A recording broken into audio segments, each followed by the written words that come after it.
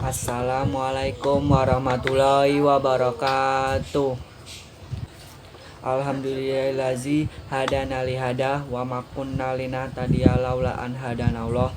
Laqad ja'at rusul rabbina bil haqq wa nudu antil kumu jannatu ristuma bima kuntum tamalun.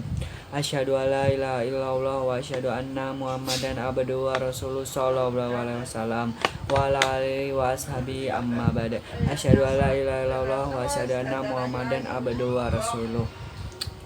Para jamaah salat Jumat sekalian, marilah kita bertakwa kepada Allah Subhanahu wa taala yang telah memberi kita kehidupan di dunia ini dan memberi kita beberapa nikmat seperti nikmat kesehatan, kewarasan, dan nikmat hidayah dan nikmat-nikmat lainnya.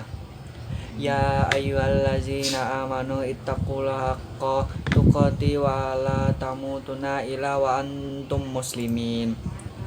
Para hadirin salat Jumat jamaah sekalian, ketika Rasulullah SAW berhijrah dari Mekah ke Madinah, dan setelah sampai di Madinah, Nabi Muhammad SAW memutuskan untuk membuat 3 hal, yaitu pertama, membangun masjid, kedua, mempersaudarakan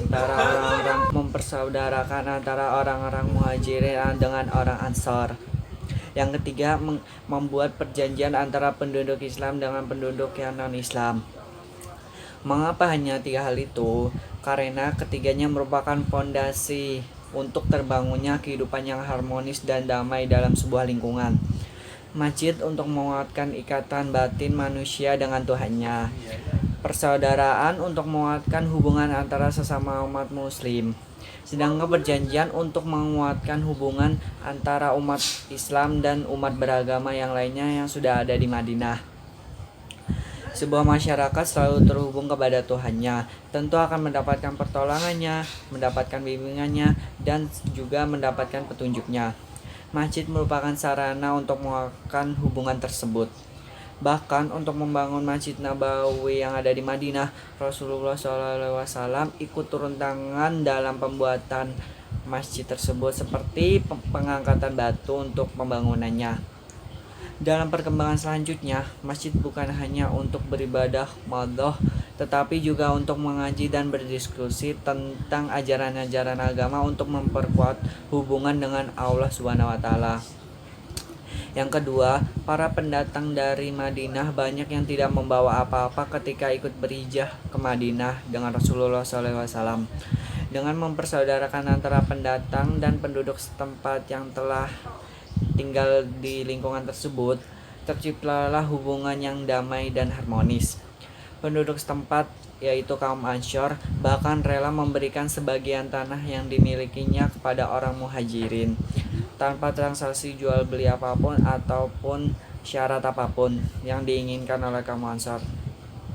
Sementara pada pondasi ketiga, Rasulullah SAW menanamkan prinsip muwatonah, kewarganegaraan. Prinsip ini mengacu adanya hak bagi siapapun yang berada di Madinah untuk menjadi warga negara yang sama tanpa melihat agama, suku, bangsanya, asal keturunannya, dan sebagainya. Dengan prinsip tersebut, seorang muslim sama kedudukannya dengan orang Yahudi atau Nasrani dalam bernegara, bermasyarakat, berbangsa, bersosialisasi. Rasulullah SAW menetapkan bahwa baik muslim maupun non-muslim sama-sama berkewajiban membela Madinah dari serangan pihak ketiga lainnya. Dalam bahasa sekarang, prinsip ini mungkin bisa kita katakan sebagai prinsip menerima keberadaan pihak lain yang berbeda. Bahwa agama Islam yang dibawa oleh Rasulullah SAW mengajarkan kepada umatnya, pemeluknya, agama Islam adalah agama terakhir pembawa keselamatan dunia akhirat. Itu merupakan tidak menghalangi pemeluk Islam untuk mengakui adanya pihak lain yang memilih agama lain sebagai jalan hidupnya. Artinya beragama yang bukan agama Islam, yaitu non-Islam. Bahwa Nabi Muhammad SAW membawa ajaran agama terakhir ini berasal dari bangsa Arab. Itu tidak menghalangi pemeluk Islam untuk mengakui keberadaan bangsa-bangsa lain seperti bangsa Eropa, Cina, Afrika, dan sebagainya. untuk hidup berdampingan secara baik dan damai di lingkungan tersebut. Bahwa Nabi Muhammad SAW membawa ajaran agama ini berasal dari Kalibiyah Quraisy. Itu tidak menghalangi pemeluk Islam untuk mengakui dan menghormati suku-suku Arab lainnya yang cukup banyak. Ini tentu saja sebuah prinsip yang sangat mulia dan tinggi, pengakuan terhadap orang lain. Ini adalah salah satu bentuk toleransi beragama yang sangat tinggi. Keadaan ini tidak jauh berbeda dengan keadaan bangsa kita sejak dibentuknya NKRI sampai sekarang. Ada banyak suku bangsa, ada beragam bahasa daerah, ada beragam suku, ada sejumlah agama dan kepercayaan lainnya. Tetapi perbedaan-perbedaan tersebut tidak boleh menghalangi kita untuk membela dan menjaga persatuan Republik Indonesia yang kita cintai ini. Karena itu, jika ada pihak-pihak bangsa, apalagi umat Islam yang selalu berupaya memancing air keruh, berusaha menumbuhkan bahkan membesar-besarkan masalah perbedaan dan keberagaman ini, boleh jadi dia belum mengerti makna toleransi yang diajarkan oleh Rasulullah SAW. Apa yang dilakukan oleh Rasulullah SAW pada zaman tersebut tentu saja tidak lepas dari bimbingan wahyu dan firman Allah Subhanahu wa taala. Itulah cara dakwah Rasulullah SAW, cara bermasyarakat Rasulullah SAW yang penuh dengan toleransi, penuh dengan hikmat dan penuh dengan nasihat yang baik. Ini digambarkan dalam firman Allah Subhanahu wa taala. Ada ali sabili rabbika bil hikmati wal mau'idatil al hasnata wajadilhum bi altiya ahsan, yang artinya serulah manusia kepada jalan Tuhanmu dengan hikmah dan pengajaran yang baik dan berdebatlah mereka dengan cara yang baik. Quran Surat An-Nahl ayat 125.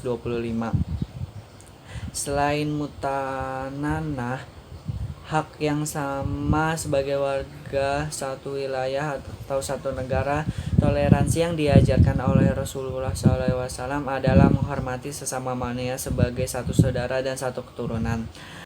Ini menunjukkan betapa tingginya pengakuan Islam terhadap keberadaan orang lain yang bukan beragama Islam atau non-Islam. Betapa tingginya penghormatan Islam terhadap pihak lain yang berbeda.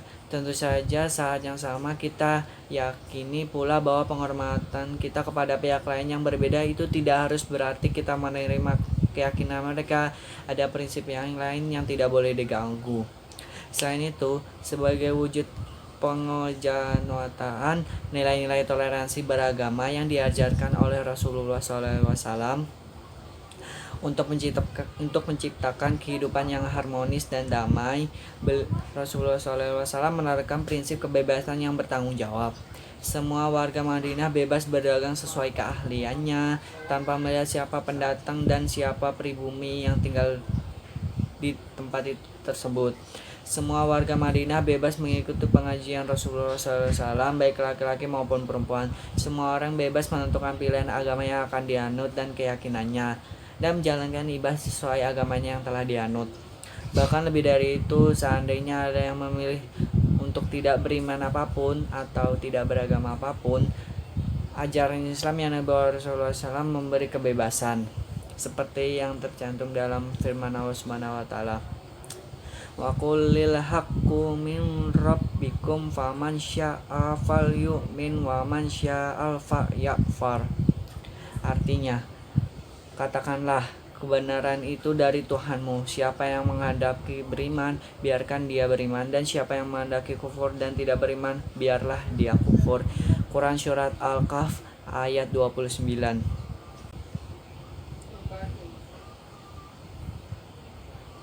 Kirim para jamaah sholat Jumat sekalian, dari yang telah saya sampaikan, sebaiknya kita sebagai orang Islam yang beriman dan bertakwa harus menjunjung tinggi nilai toleransi dalam bentuk apapun.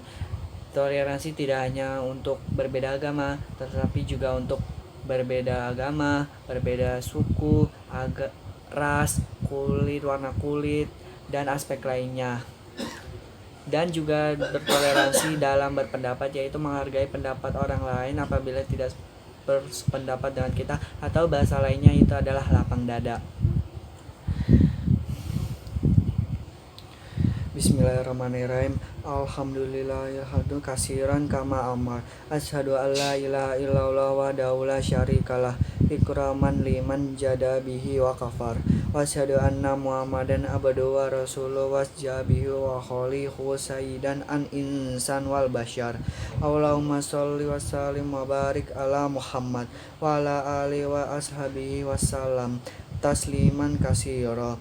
Amma ba'da faya ibadallah ittaqullah wa'lamu annallaha yuhibbu makarima umri wa yakruhu syafasifaha wa innahu la yahdil qaumal fasikin. Qala ta'ala fa kataba al-qur'an innallaha wa malaikatahu yusholluna 'alan nabiyyi ya ayyuhallazina amanu shalla alaihi wassalamu taslima. Allahumma sholli wa sallam wa barik ala Muhammad wa ala ali Muhammad kama shollaita ala ali Ibrahim wa barik ala Muhammad wa ala ali Muhammad kama shollaita ala ali Ibrahim wa ala ali Ibrahim fil alamina innaka Hamidum Majid. Allahumma ighfir lil mu'minina wal mu'minati wal muslimina wal muslimat al khairi minhum wal ma'mutati innaka sami'un qaribu mujibud da'wati ya qadi al hajat. Allahumma rabbana la tuzgh qulubana ba'da idh hadaitana wal hab lana min ladunka rahmah innaka antal wahhab. Rabbana hab lana min aswajina wa dzurriyyatina qurrata a'yuni wal aj'alna limuttaqina imama. Rabbana atina fid dunya hasanah wa fil akhirati hasanah wa qina azabannar.